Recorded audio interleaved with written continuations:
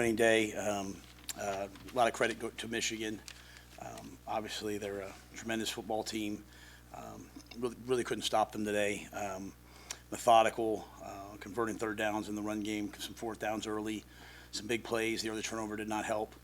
Offensively, obviously had the drive, got down there, had the 4th and 1 early to make it 14-7. We thought didn't have that work out for us. Went down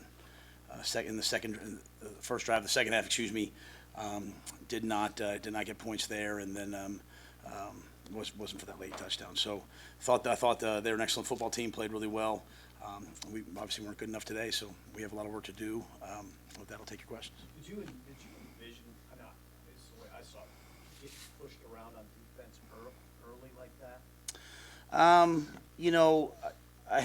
I hate to use the term pushed around just because I want to, that's a big term for me as the coach to say. I'd have to see it. Does that make sense? I will say I heard a lot of today, Steve, a lot of this guy's supposed to do, we haven't had a lot of mistakes. We had a lot of hey, this guy's supposed to slant and spill it, and he's up the field, or this guy's, so certainly they controlled the line of scrimmage. I would not want to in any way. But I felt like there were a lot of plays that hit today that were, guy's supposed to spill the ball. He doesn't. The ball rips up inside for 6 for 8. I did not see us not being able to control the line of scrimmage to that level. I thought it would be more of an even game in the run game.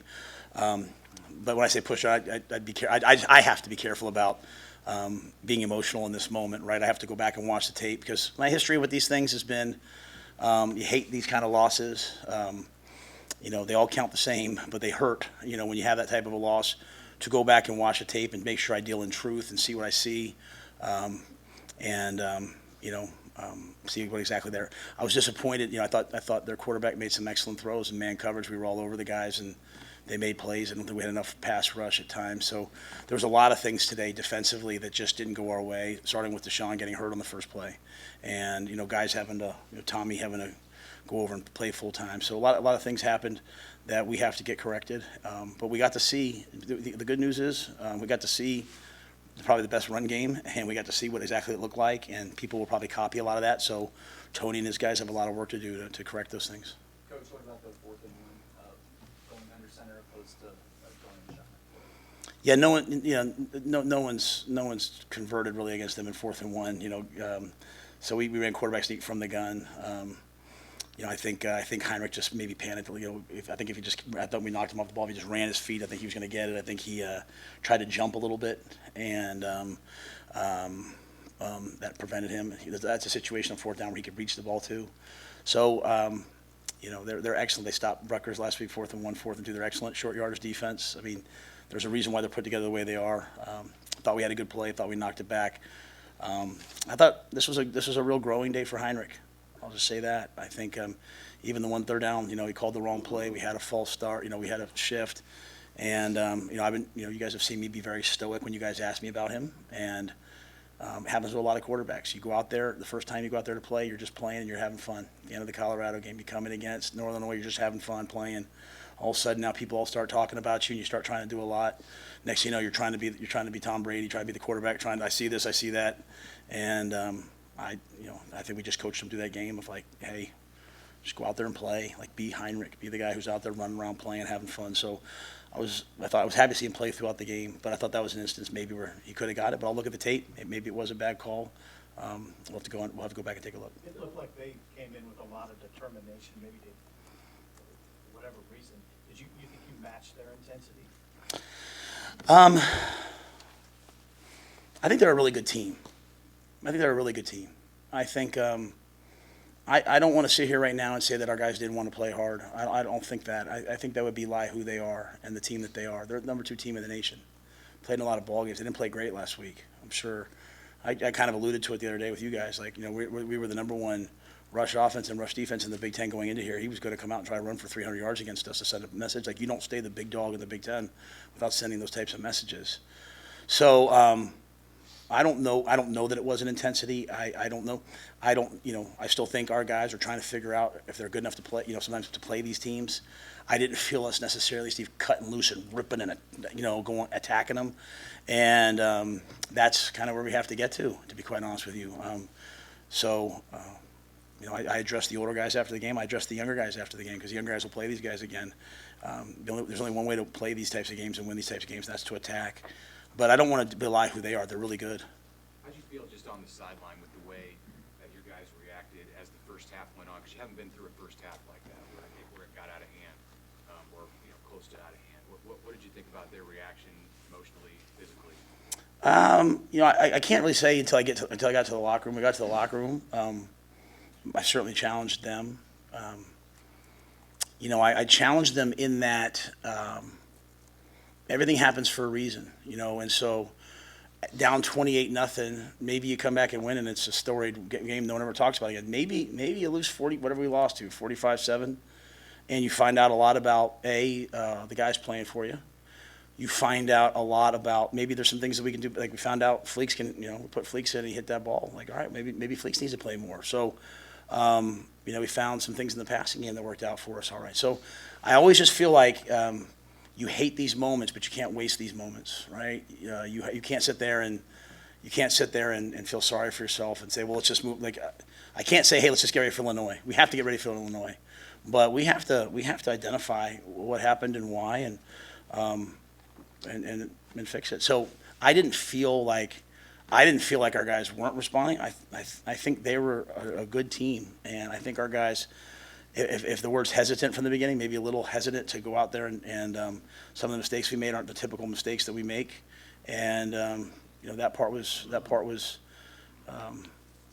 disappointing to be out there, and even that last drive, but those things are going to happen, man. You're going to have to battle back, so we'll learn from it. There's a lot of really good, there's a lot of good quarterbacks in the NFL who don't necessarily throw it over the top. But when Heinrich gets 3 balls batted down today, kind of with that motion, is there anything you want to try to change about it or tweak as the season goes on? Well, I don't think we're going to be able to change his motion, right? He kind of is who he is, and he does kind of throw from different arm slots. Early on in the game, they weren't really rushing as much as they were twisting because of the quarterback draw game.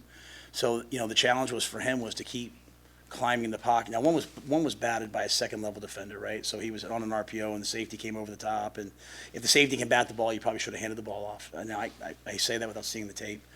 But the ones that got batted down early, I think the big thing we wanted from Heinrich was to set the edge of the pocket, just get up in the pocket, find those windows. In the NFL, there's 5'10", 5'11" quarterbacks, and they throw through windows as opposed to over top of people. So, again, he hasn't played a lot of football, so he wanted to play through those moments, right? He got sacked today, protected the football, got sacked off the edge. Like, those things are hard to play through. So, wanted him even at the end. Like, I don't like when a team kicks our tail to call timeout on say. I don't like doing those types of things because to them the victor belongs to spoils. That being said, I also owed it to our quarterback. Like for Jalen Lloyd as a freshman to catch that in cut at the end of the game, that'll pay dividends down the line. So I think for Heinrich, we just want him to climb the pocket, find windows. We haven't been throwing the ball a ton with him, so now all of a sudden you pick it up and you throw it a bunch of times. There's going to be some things for us to work through. But I think the biggest thing with Heinrich is I want him to not try to be something he's not. I want him to be himself. I don't want him to start trying to be perfect. I want him to play the game. What's the biggest improvement your program needs to make to close the gap on teams like Michigan? I don't know. I can't answer that right now. I mean, they're the number 2 team in the country. I mean, they've been.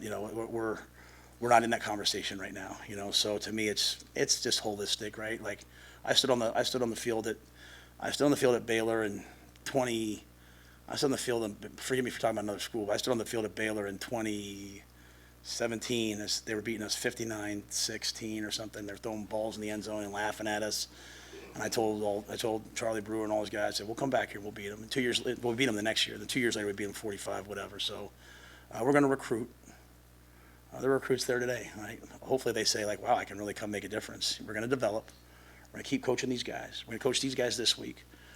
They were in the same spot last year. They were 2-3 last year, right? And they battled. They won some games. Like, we're going to have a chance to win games. So the biggest difference is I'm not going to get up here and make excuses. I'm not going to get up here and blame the players. We're going to recruit, coach, develop. We're going to learn from this game. This game sucked. Pardon my language. This game stunk. But at the same time, we play again Friday. So anyway, that's kind of the approach. It's a methodical process, one at a time, one step at a time.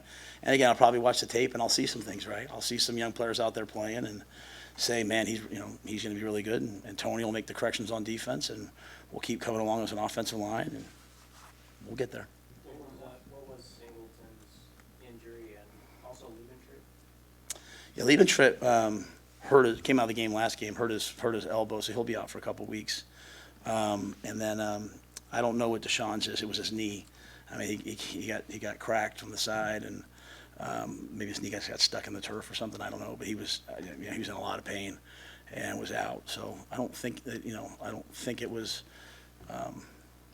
I don't know that it's anything beyond. I don't think it's an ACL as of yet, but we'll see. But they're going to obviously do all the tests and all those things, and then obviously Luke was not available for us today. So Luke's our thoughts and prayers are with Luke. He was unfortunately taken to the hospital this morning from the hotel, so we're hoping that he'll be okay. We're expecting him to be okay, but we just erred with an abundance of caution for him. So He was he was with the team during the game and everything though. He was here. Well, he might have been. I didn't see Luke. No, I was told he was at the hospital. Yeah, so obviously Luke was injured this week, and just so you guys know, I never lied to you. You guys asked me, was he going to be fine? I said, yeah, he's going to be fine. Then he just started to have some pain yesterday, and they said it was nothing, antibiotic, and the antibiotic didn't heal it. So they just wanted to rule out infections and MRSAs and all those things. So I don't have a knowledge now, but that was a complete and total surprise to me this morning. He was actually at breakfast. And then the doctors came to me, and I said, well, let's get him to the hospital. Last thing I would want was be for something worse to happen to him. Anybody else?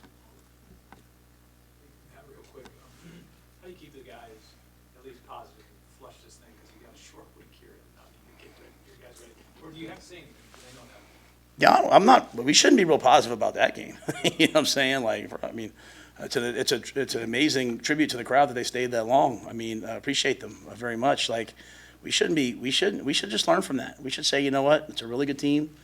They absolutely got after us. We couldn't respond. There's probably some good things in there. We should never accept that, though. We should never accept losing. We should never be like, it's okay. It's Michigan. It's okay. No, we should never accept that at all. So they shouldn't be real positive. They should be. Everyone in Nebraska will find out about this team next Friday night. Right? We'll find out about it. We'll find out about me. We'll find out about them. We'll find out about all of us on Friday night. And that doesn't mean winning and losing. I mean, if Illinois is better than us, so be it. But I can tell from your guys' questions, there's a sort of a feeling of hey, did they really fight back a little bit, right? So, and again, I'm hesitant to say that till I see it. Right? It's always hard to tell from the sideline. You know what I'm saying? But we'll see on Friday night. How excited we look, how much we're flying around, what we look like. We'll see. So, yeah, I hope it bothers them. And we're in a day and age where sometimes everyone wants to be too cool for school. I hope it bothers them because it bothers me. I can tell you that much right now. That game bothered me a lot. But I don't want to minimize my credit for Michigan. That's a good football team. And so we'll try to get there. But I will say this. I love these players.